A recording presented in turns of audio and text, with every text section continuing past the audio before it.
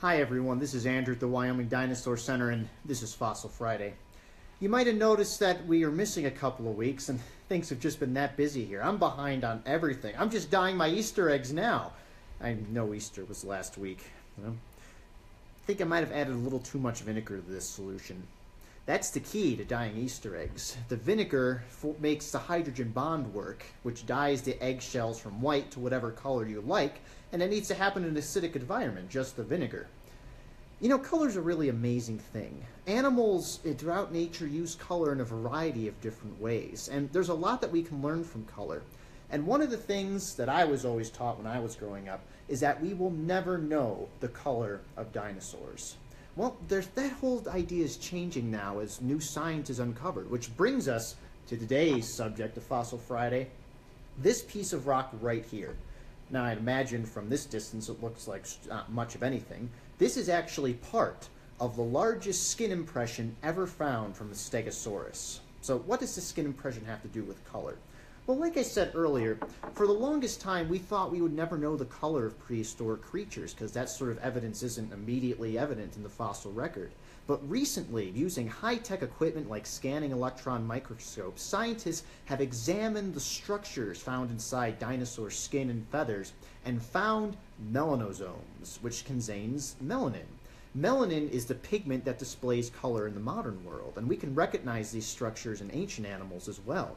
And those gave us some of the secrets of dinosaur coloration. For instance, we used to think that dinosaur eggs would have been white or brown. Makes sense depending on where you're living and how it blends in.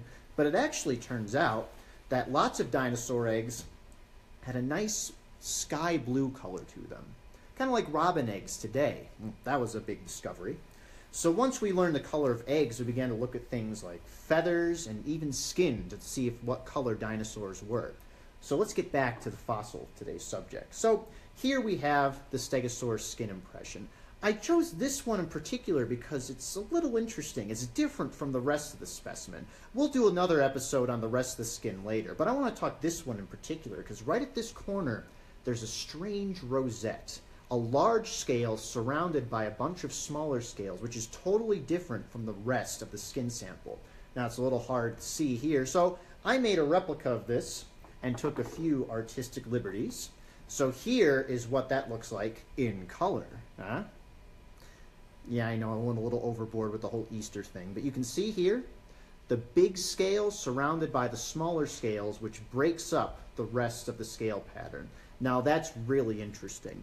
Does that mean a color change in this specimen? Well, not necessarily. Again, I took some artistic liberties with this.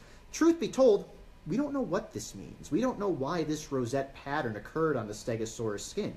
It could be the result of an injury, rehealing itself, but it's so perfect that that seems a little unlikely. But again, we don't know.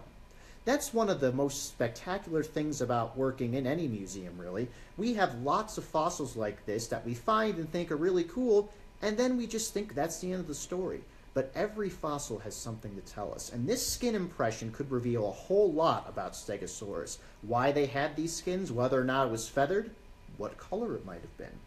If we ever find out the color of a Stegosaurus and you read about it, you know where we probably found it out, and it's thanks to skin samples just like this one. So that's why it's really important to keep this science going. We're always learning new things from old fossils, and just because you think you might have covered everything when it comes to a particular fossil, doesn't mean that's the whole story. So again, we're going to talk more about the Stegosaurus skin sample at a future date because there's already a lot of fantastic stuff that we learned. But for now, that's all we have for Fossil Friday. So be sure to like and comment, share this video, and if you have any questions, things you might want to see in future Fossil Friday videos, please leave us a comment and we'll do what we can. So until then, I'm Andrew at the Wyoming Dinosaur Center, keeping your Friday fossilivorous. Let's give this one another try.